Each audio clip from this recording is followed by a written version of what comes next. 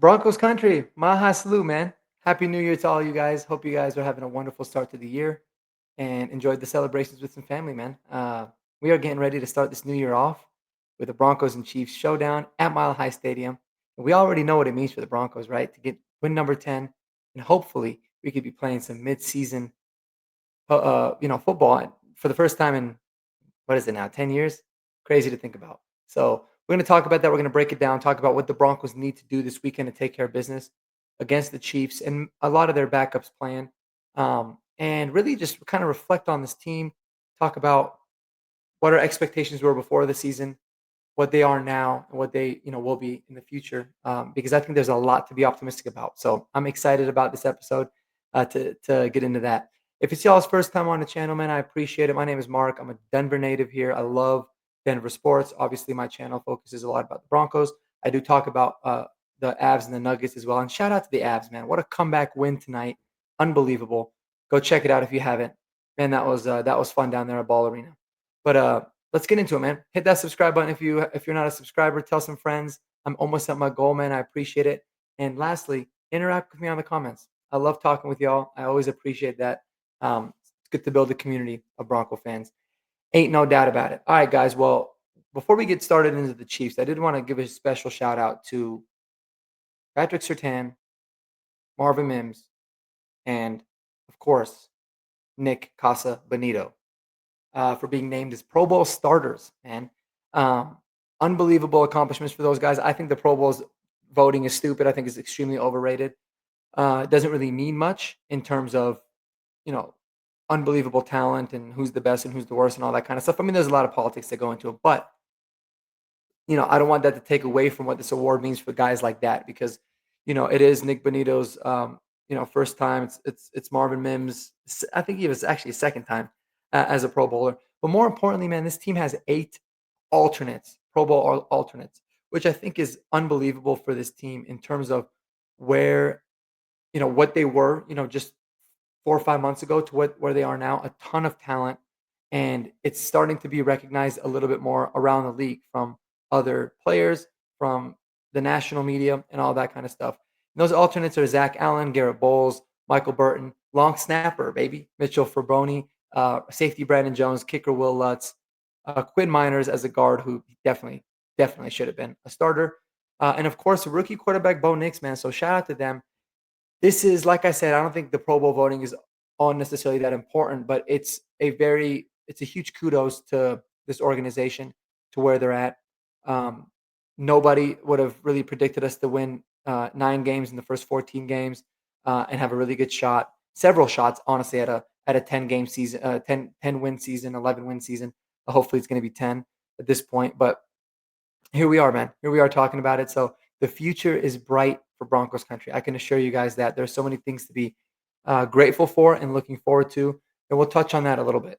But going into this game, man, we already know what it is. I think Cortland Sutton said it best after Wednesday's presser. He nailed it on the head. You just got to win the game. There's no black and white here. He said it's only black and white. You just got to win the game. Period. Doesn't matter. End of story.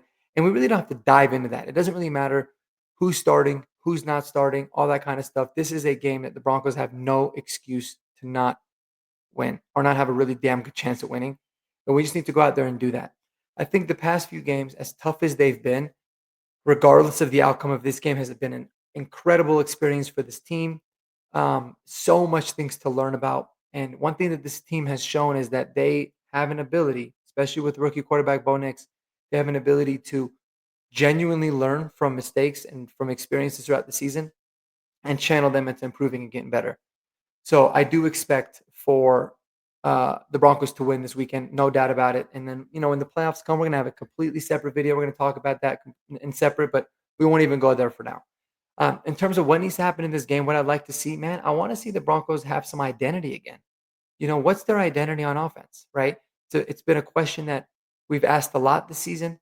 We've seen spurts of it. Okay, they seem to be a team where their identity is to get the ball out quickly and spread teams out and set the pass game up and then set the run game from that.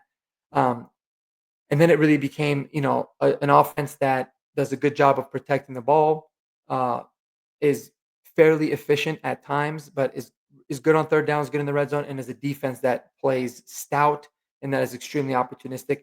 We've kind of, been up and down with that. We've veered away from that a little bit over the last few weeks. So with this week, what does Bo Nix need? He needs a defense that's going to be stout, that's going to return back to its form of forcing turnovers, making it extremely difficult for offenses to get the ball moving, and most importantly, even more so than the turnovers, getting the hell off the field on third down. Don't let Bo and the offense just sit there and wait on the sidelines for a majority of halves and quarters, trying to, and then putting pressure on them that they have to find a groove and a rhythm. Then offensively, I beat this with a dead horse. I beat it a million times. We need to be more consistent running the football. We need to find a groove with maybe two backs at most that can really get it going and commit to it and stay committed to it. And the last thing that I'd like to see, man, is some of the skill position players that I felt like were really starting to get into their own. Just a few weeks ago, Devon Vele, Marvin Mims has been cooking still, so he's doing his thing. Troy Franklin, Nate Atkins, Lucas Kroll, Adam Troutman, the tight end group. I'd like to see these guys get back into being able to create a little bit more separation, get open down the field, and be able to give open targets. Because what you've noticed is the last few weeks is that Sean Payton's called up a lot of shot plays. He's called up a lot of really good plays, honestly. But guys just haven't really been creating the separation like you would expect for them to consistently, which is why you see Bo checking it down a lot, which is a good thing. But I'd like to be able to, see some more of those opportunities, more of those explosive plays pop where he's open, so Bo can ultimately find those guys. No doubt about that. So that's really what it is that we need to see. In this game against the Chiefs, guys, the biggest key, without a doubt, way more than any other game, is the Broncos they cannot afford to beat themselves. If they don't do that, then there's no reason why they should be they should lose this game. The opportunity is going to be right there. There's even talks that Carson Wentz, who's projected to start the game, might not even finish the game. They might play another quarterback in a second half because they're curious about seeing he's the practice squad quarterback. Not sure who it is. I just kind of heard about it. I'm going to do more digging. Maybe I'll make a separate video on that. But regardless, a lot of the Chiefs starters, the main guys, are not going to be playing. I don't expect for Chris Jones, Isaiah Pacheco, Jawan Taylor, obviously Patrick Mahomes, Trent McDuffie. I don't really expect for any of those guys to play. Obviously, just like Sean Payton said, it's not like it's a college roster. It's not like you're going to play all backups. You're still going to be, playing some guys that are starters. You're going to be playing a lot of players that are extremely hungry, that want to be able to take advantage of this opportunity.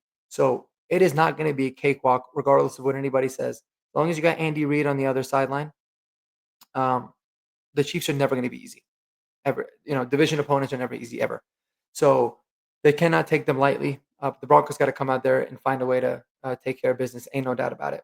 And I expect for them to, for sure. I want to know what you guys think. How are you guys feeling about this game? I'm like, I just feel like these last 2 weeks have been such a heartbreaker. I've been a nervous wreck, it feels like, for the last 2 to 3 weeks. Um, but I'm just trying to enjoy this ride as much as I possibly can, because to give you guys some optimism, regardless of what happens this week, regardless of what happens to the playoffs if we end up going, this has been an amazing season in so many different ways. There are so many reasons to be optimistic into the future. We are finally on the right path. We finally decided as an organization to rebuild, to do things the right way. And most importantly, guys, as a result of that, we have our bona fide franchise quarterback.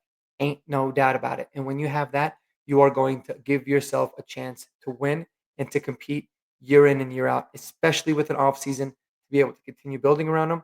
You've seen what Sean Payton and George Payton working together can do. So there's going to be a lot of really good things coming down the pipeline. And I'm really excited for that. But as of right now, let's get it. Let's get this win against the Chiefs. Let me know what you guys are thinking below. What are your keys to the game? What would you like to see in this final game of the regular season? Let me know, and I appreciate it in advance. Till then, guys, y'all be sure to spend time with those you love the most, man. Go Broncos. My high salute. And until next time, peace out